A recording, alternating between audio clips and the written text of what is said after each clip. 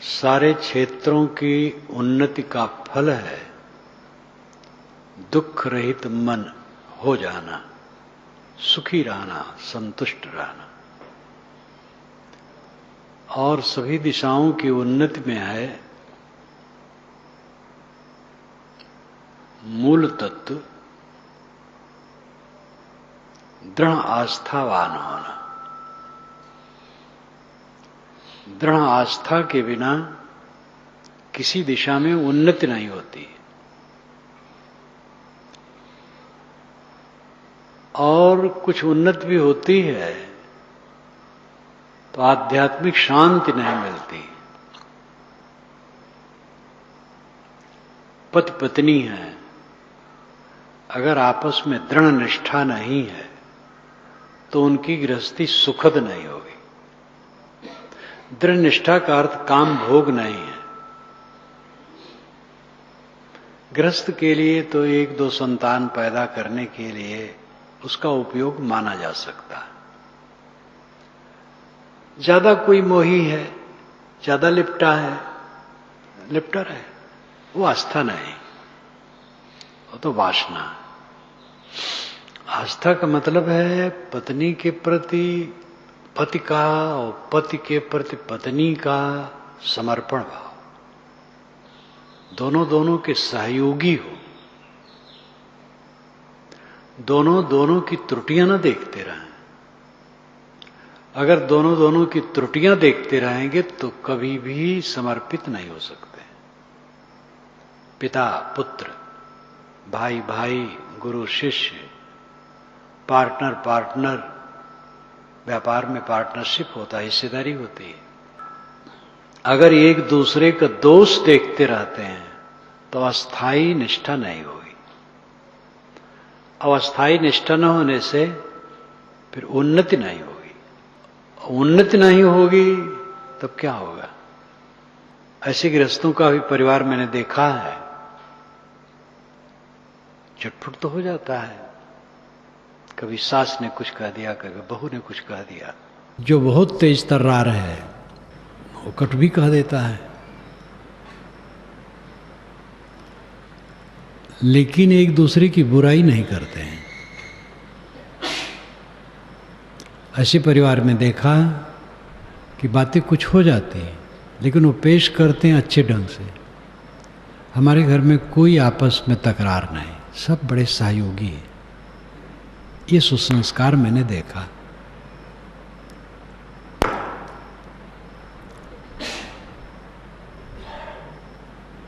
जहां का संबंध बिल्कुल खराब लगे वो तो छोड़ देना बुरा नहीं, कहीं का भी। पति पत्नी में बहुत खराब हो जाए, इसीलिए भारतवर्ष में तलाक का प्रबंध रखा गया जब भारत आजाद हुआ।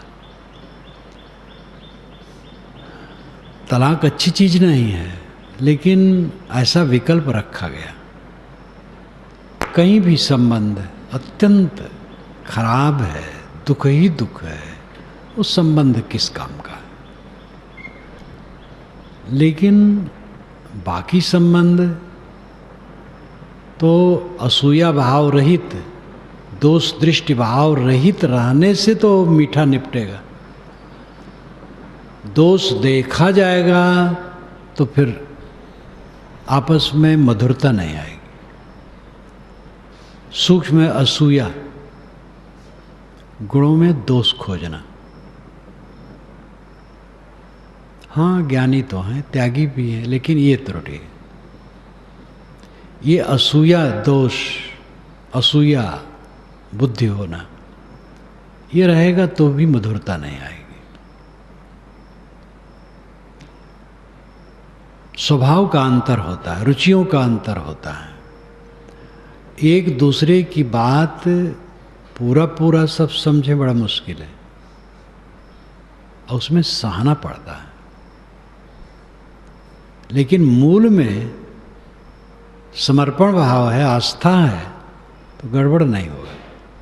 आस्था की कमी कहीं भी विषाक्त वातावरण पैदा करती है और तकलीफ देती है। जीवन खराब होता है, संबंध कट होता है और पतन होता है।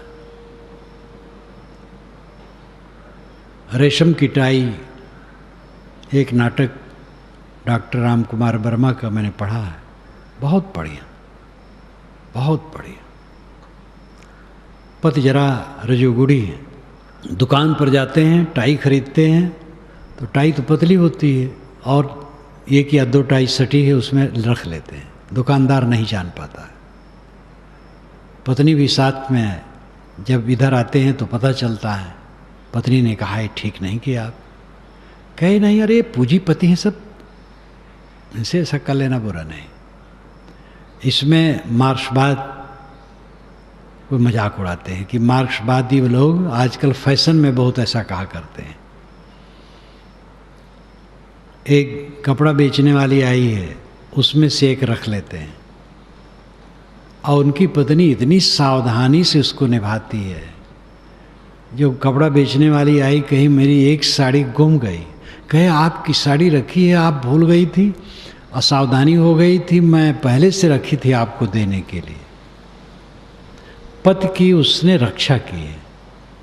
पति का स्वभाव ठीक नहीं है, लेकिन पत्नी उसको संभालती है, उनको समझाती है, उनको मीठे शब्दों में समझाती है और बाहर सुरक्षा करती है, इज्जत बचाती है। एक पुरानी घटना है, 45-50 बरस हो गए होंगे। फैजाबाद के अकवारा गांव में एक ब्राह्मण देवता, यहाँ मैं पूरी छान रहा था, मैं रसोईया था, भंडारी, संत समाज था, गुरु जी थे, सब पूरा पड़ाव पड़ा था। घी कढ़ाई में भरी, मैं पूरी छान रहा था। तो बूढ़ा जो थी घर की, वह पारंपरिक ब्राह्मण गुरु से दीक्षित थी और बेटे बहू हमारे गुरु जी से दीक्षित थे। वो लोग ब्राह्मण कहे जाने वाले परिवार के थे। मैं पूड़ी छान रहा था, बहुत दूर से बैठी देख रही थी। उसने कहा देखो मेरे गुरु हैं, पूड़ी छानते हैं सबका बराबर, सब पूड़ी छान के रख देते हैं और जब परोसते हैं वही पूड़ी सबको परोसते हैं। अब बूढ़ा के गुरु आते हैं तब पूड़ी जब छानेंगे तो अपने पूड़ी में छेद कर देंगे तो घी भर जाएगा, तो उसी पूड़ी को अपने डब्बे में रख लेंगे। हम लोगों के लिए सामान छान देंगे और अपने लिए घी भरी पूड़ी छानेंगे। तब बूढ़ा ने कहा हाँ, हमारे बाबा, हमारे गुरु बाबा बड़े घर के लड़के हैं, सदा खाते आए हैं तो खाते हैं। बड़ी हंसी हुई। अब मुझे ये उत्तर अच्छा लगा।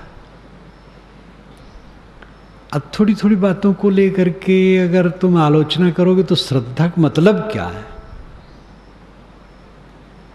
हाँ, अगर वह आपकी लड़की लेके भाग गए हों या आपके यहाँ से पैसा चुरा लिए हों तो छोड़ दो, ऐसा गुरु ठीक नहीं है।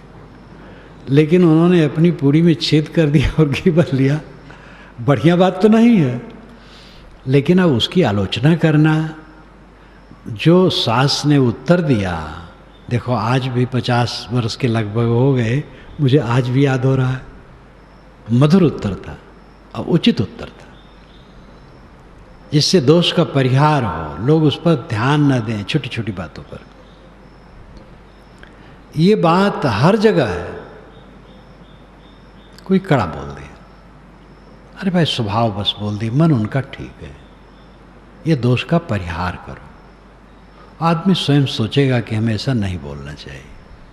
अब पीछे पड़ जाओ सब, और ठीक नहीं। ऐसे किसी भी बात में आस्था की बड़ी जरूरत है। आस्था के बिना कोई संबंध मधुर नहीं हो सकता, और संबंध मधुर हुए बिना उन्नति नहीं हो सकती है। और बाहरी उन्नति की भी जरूरत है, आध्यात्मिक उन्नति की भी जरूरत है। किसान हैं, आपस में आस्था नहीं है, भाई भाई में, पिता पुत्र में। तो खेत में कौन गया कौन नहीं गया, हलवाहक हल लेके गया, आज तक तो ट्रैक्टर है, जो भी हो, जो पूछे हरवाहा कहाँ, बीज बूढ़ गए तिनके तहाँ। जो घर का मालिक पूछता है हलवाहक कहाँ है, तो घाक कब कहते हैं उनका बीज मानो हाथ डूब गया। स्वयं हलवाहक के साथ जाए, स्वयं भी हलवाहन करे। प्रेम ही आपस में नहीं है, संगठन ही नहीं है, तो काम कैसे होगा? इसलिए अवास्था के बिना यह संभव नहीं है। दोष देखने की प्रवृत्ति विष है, और ये विष परिवार काया को, समाज काया को, राष्ट्र काया को, संस्था काया को, कंपनी काया को, किसी काया को नष्ट कर दी। दोष देखने की प्रवृत्ति बढ़ेगी, परिवार खराब हो जाएगा। एक दूसरे के दोष देखने, महाराज कृष्ण के परिवार में क्या हुआ था, कलह क्यों बढ़ा था? एक दूसरे के दोष देखने में लग गए थे, और देखते देखते जो दशा हुई, पूरे परिवार का विनाश हुआ। कौरव पांडवों में यही हुआ। जहाँ कहीं भी परिवार हो, समाज हो, संस्था हो, पार्टी हो, कंपनी हो, दो व्यक्तियों का संबंध हो, आस्था घटी और नैतिकता घटी, विशृंखलता आई और पतन हुआ। अत्यंत धैर्यशीलम, तथागत बुद्ध ने कहा है, व्यक्तित्व उसका सही होता है जो अत्यंत धैर्यवान और निष्ठावान होते हैं, ऊंच नीच स्थितियों में जो विचलित नहीं होता है, विचलन जिसमें कभी भी नहीं होती, दृढ़ धरातल पर स्थिर, एक रस व्यवहार। अस्थायित्व की बड़ी जरूरत है। मैं सन 1957 में काशी गया प्रकाशन शुरुआत करने, और सन 1975 से वहाँ से विदा ली। प्रेस मालिक मर गए थे। उसके बीच में दूसरे प्रेस में मैं कभी कदम नहीं रखा, एक प्रेस में जुड़ा, वहीं से काम करवाया। अड़चन भी पड़ता था तो भी बैठा रहता था, धीरज रखता था। और इतनी उनकी आस्था हो गई प्रेस मालिक की हमारे व्यवहार से, कि जब जहाँ जो कहता था पुस्तक भेज दे, तुरंत भेज देते। स्वयं प्रयाग कुंभ मेले में आ गए, छाछठ में, ठंडी में, कड़ी ठंडी में, इतने सुकुमार हुए थे, लेकिन पचलहरा के समय आ गए। हम कहे आप क्यों आए, कहीं इसमें क्या कठिनता है? इतने समर्पित जैसे हो गए कि क्या कहा जाए। कितने घरों में नौकर पीढ़ी दर पीढ़ी रहते हैं, पिता रहा, पुत्र रहा, नाती है। अस्थायित्व व्यक्तित्व की पहचान है। क्षणे रुष्टे, क्षणे तुष्टे, रुष्टे तुष्टे, क्षणे क्षणे। क्या व्यक्तित्व होगा? कट जाएगा व्यक्तित्व उसका, कमजोर हो जाएगा, कोई काम नहीं कर पाएगा। किसी भी क्षेत्र में हो, वो स्वस्थ सफल नहीं हो सकता है। पार्टियों में है, टिकट नहीं मिला, अपनी पार्टी छोड़ दे, दूसरी पार्टी में शामिल हो गए। दूसरी पार्टी वाला भाई तुरंत कैसे टिकट दे दे, वही मारा मारी है टिकट के लिए, लेकिन वो फुसलाता है, कोई बात नहीं, अब की बार हम आ जाने वाले, अब आपको ऐसा पद दे देंगे कि जो मंत्री की तरह। भूल गए, अब आए ही नहीं, क्या दूसरे को दे देंगे? अब आ भी गए तो भी सहज थोड़े किसी को मंत्री जैसा पद दे देना, अपनी पार्टी वाले नोच डालें। हमें चाहिए तो बड़ा जटिल है संसार।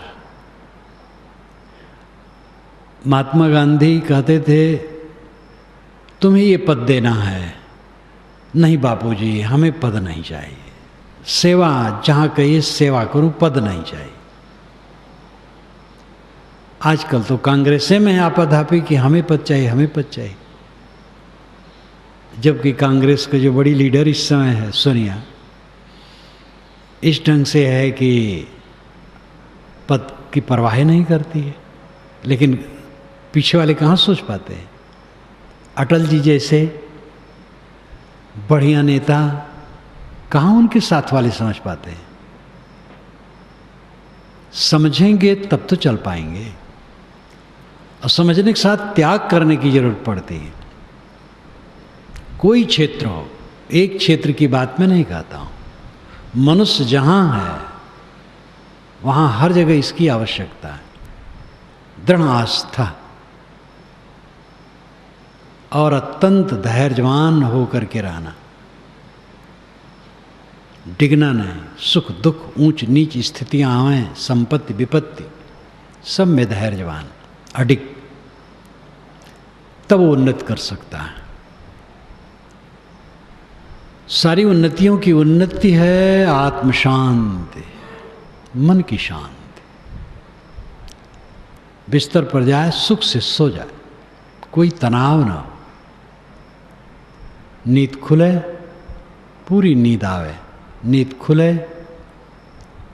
और कोई खटक दिमाग में न आवे। दिन भर आनंद से भजन पूजन साधन सेवा परिश्रम करे, लोगों से मिले जुले हंसी खुशी से। ये जीवन का फल है।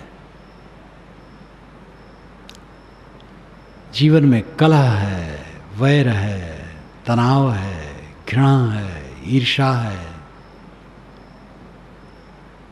कैसे शांति उसको होगी। दृढ़ निष्ठा नहीं है, अटल आस्था नहीं है। आस्था के बिना तो सब निरर्थक हो जाने वाला है।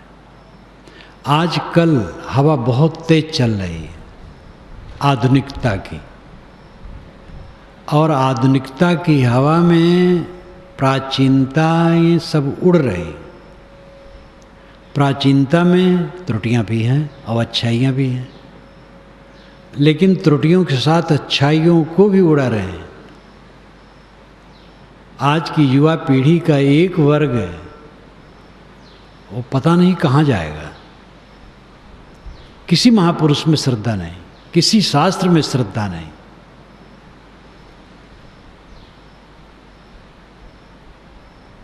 सबका केवल खंडन, सबका तिरस्कार। आस्था के बिना जीवन नष्ट हो जाएगा। पूर्वजों ने हमें जो बल दिया है, शक्ति दी है, उसी के आधार पर हम आगे बढ़ सकते हैं। उसमें जो त्रुटियां हों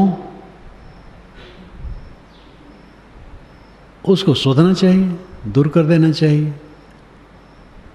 हमारे पूर्वजों ने कहाँ तक पहुंचा दिया है,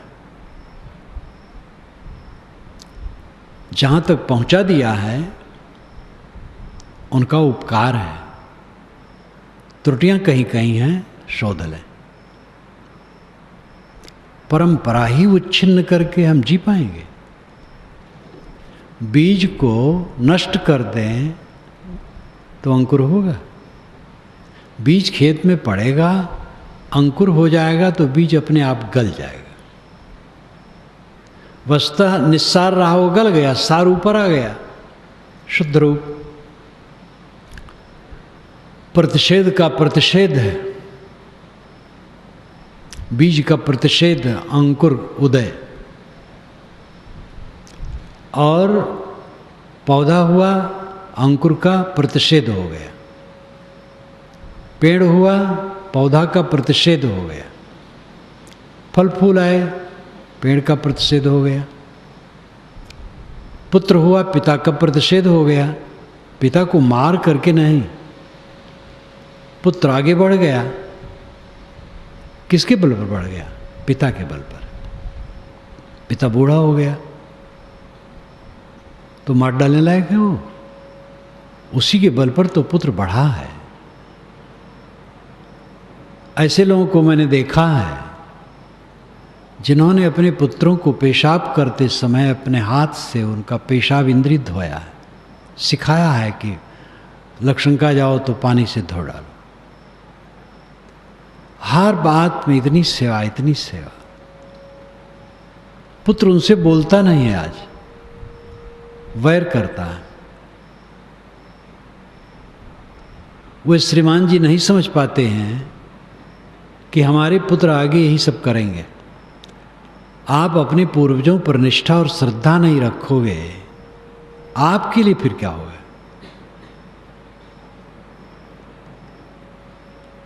परंपरा की सब बातें सब समय उपयुक्त नहीं होती, इसलिए वो संशोधनी होती है। लेकिन परंपरा का तिरस्कार करके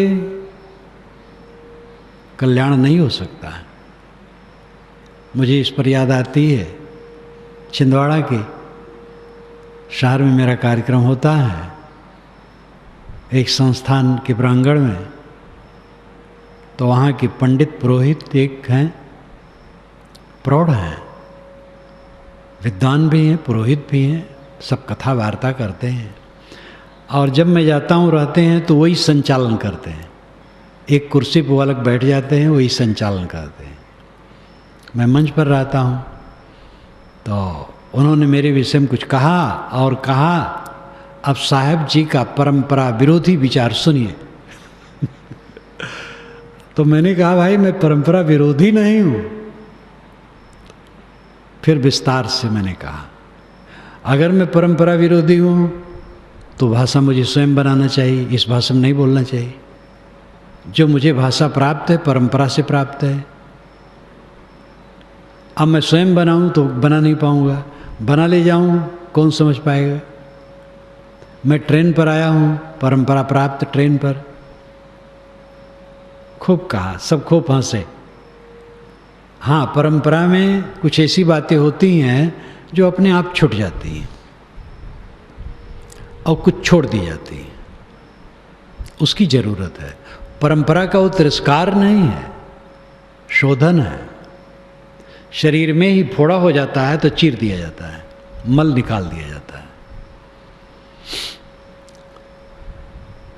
इसलिए संशोधन ठीक है, सब में तनाव रहित होना चाहिए। आदर पूर्वक अपने पूर्वजों का आदर करते हुए संशोधन करना। आस्था की स्थिरता व्यक्तित्व की ऊंची पहचान है।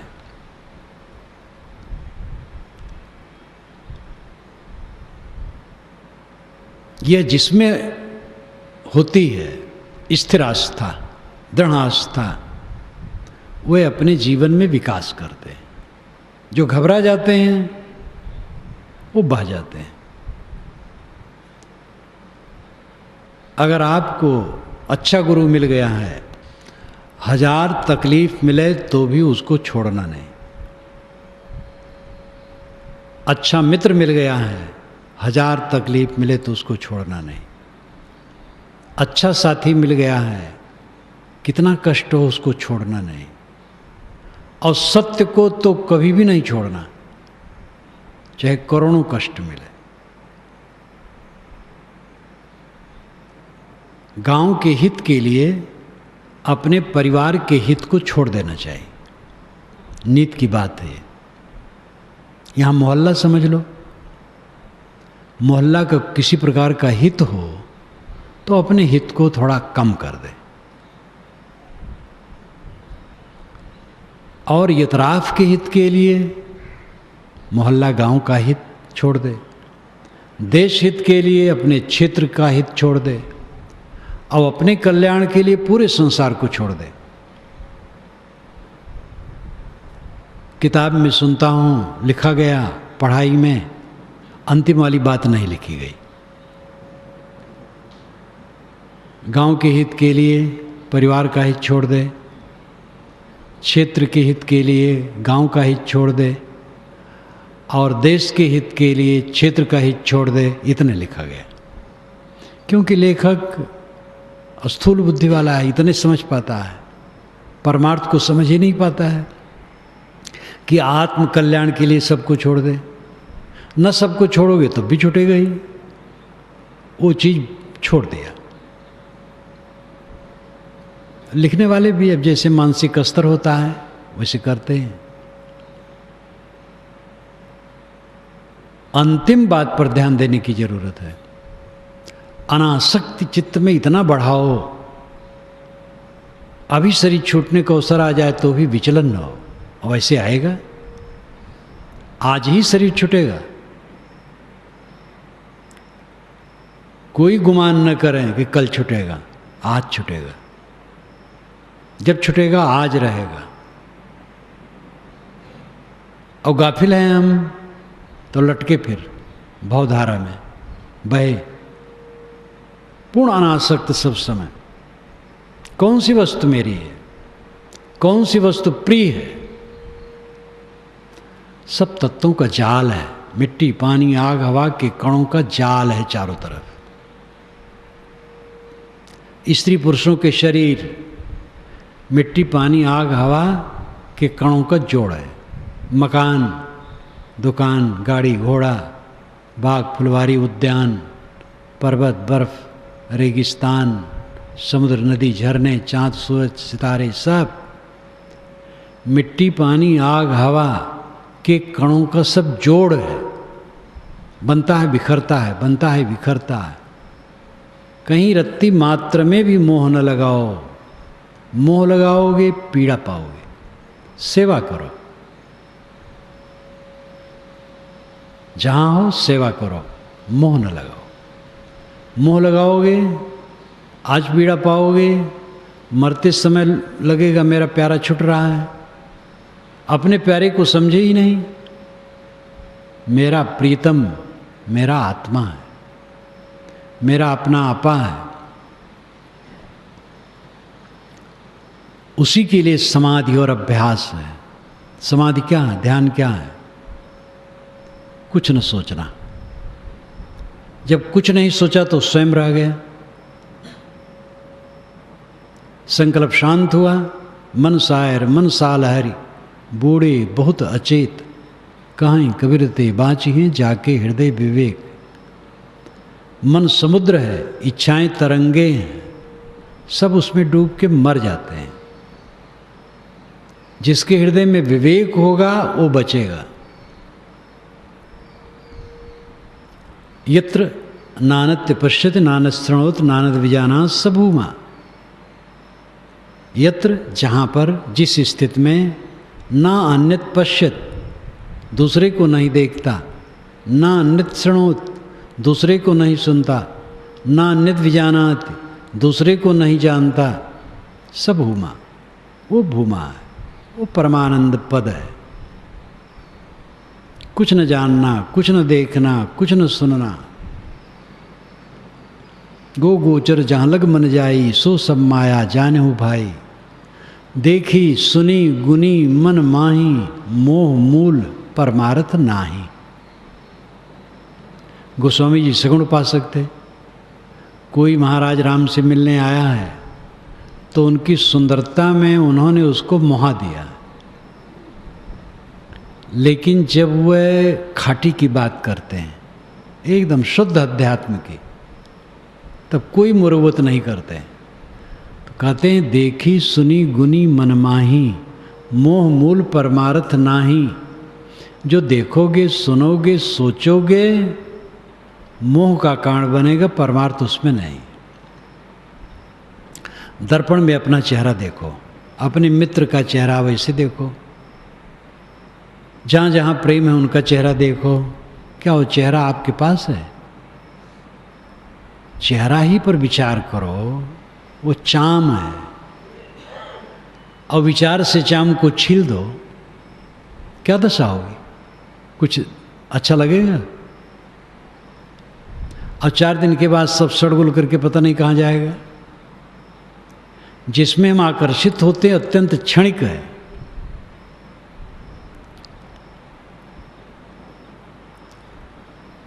इसलिए अनासक्ति का प्रयोग कस के करना चाहिए।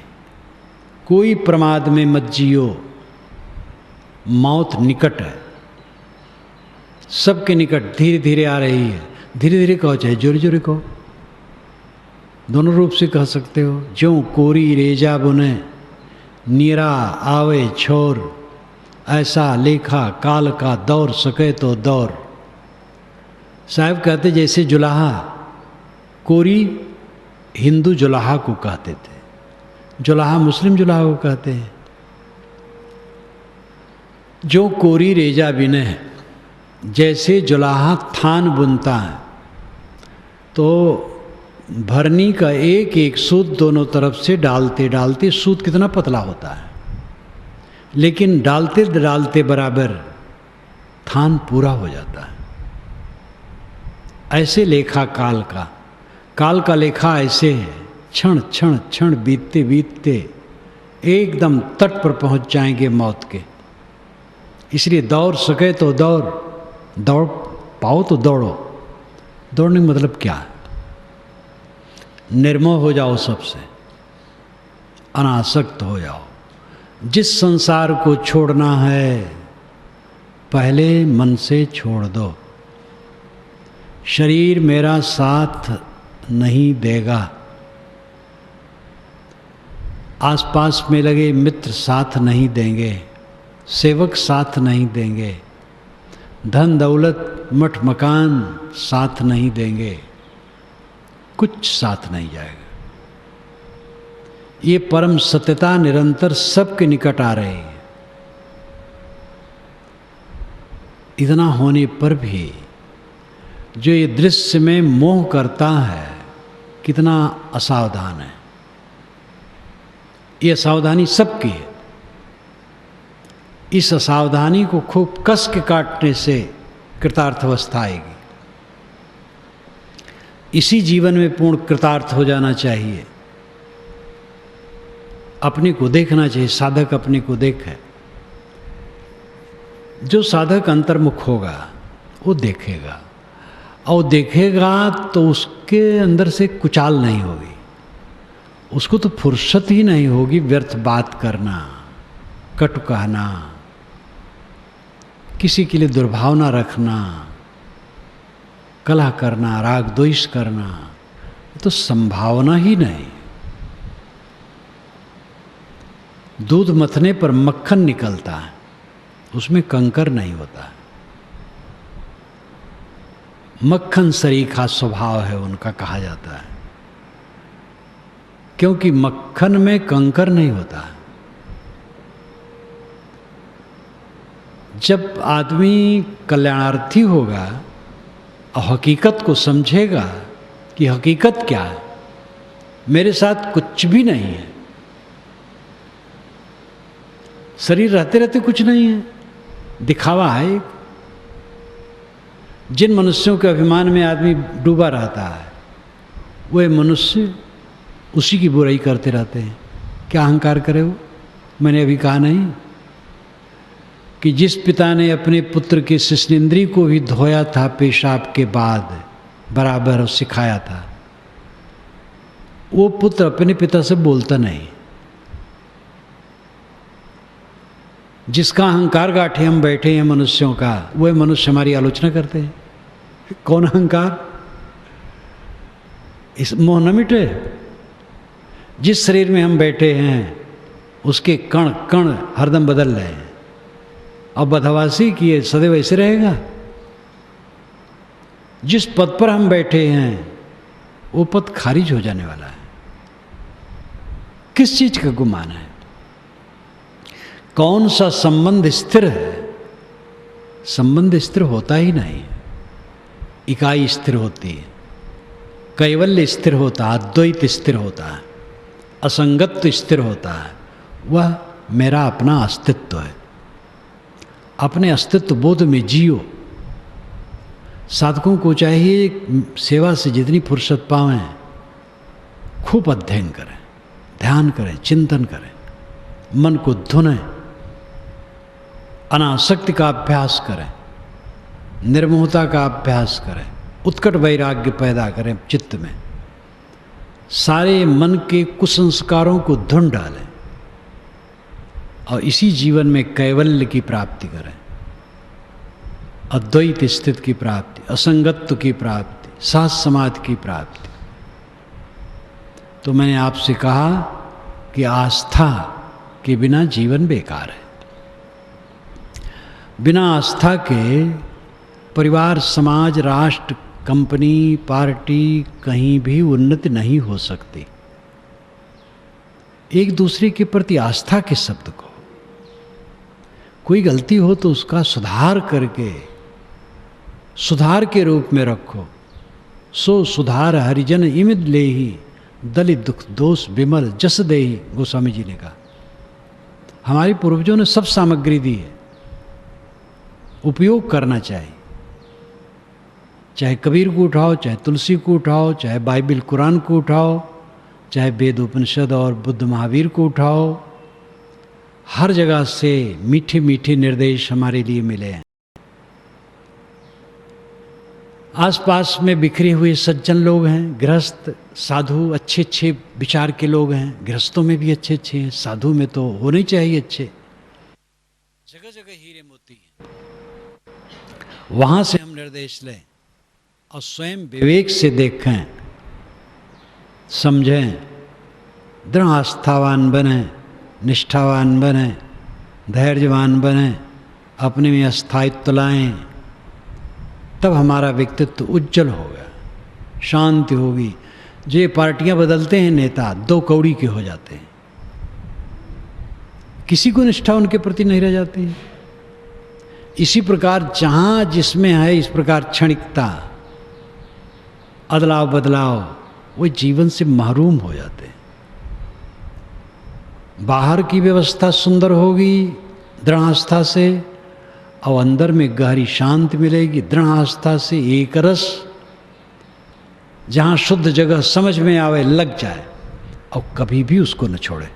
मैंने उदाहरण दिया था, काशी में जब तक काम करवाया सन 1975 से 57 से 75 तक एक जगह काम करवाया। कहीं भी मैं कुछ करवाया उसमें मेरी निष्ठा सदैव एक रस रही, हर काम में एक रस रही। और उसका परिणाम हुआ कि मैं कुछ समाज की सेवा कर सका। और मेरे लिए, अपने लिए जो खास काम है वह काम मेरा हुआ है और रहेगा। ये मैं अपने अनुभव की बात करता हूँ। अनुभव की बात इसलिए कह देता हूँ कि जिससे जो इसमें साधक हैं वो ये समझ सके कि ऐसा किया जा सकता है। एक दिन जो मैं 1 घंटा बोला था, प्रायः मैं अपने अनुभव की बातें बताई थी, अपनी घटनाओं की बातें बताई थी, तो उसमें कोई आत्म प्रशंसा की इच्छा नहीं थी। बात ये थी कि लोग समझें कि कर सकते हैं हम, केवल कहानी नहीं है, किताब नहीं है, आपका जीवन सबसे बड़ा किताब है। आप कर सकते हो। दृढ़ आस्था, परस्पर में निष्ठा, कोमल बर्ताव, एक दूसरे के प्रति आदर, ये दृढ़ आस्था से ही निकल करके आएंगे और उसमें लौकिक पारलौकिक सब प्रकार का हित होगा।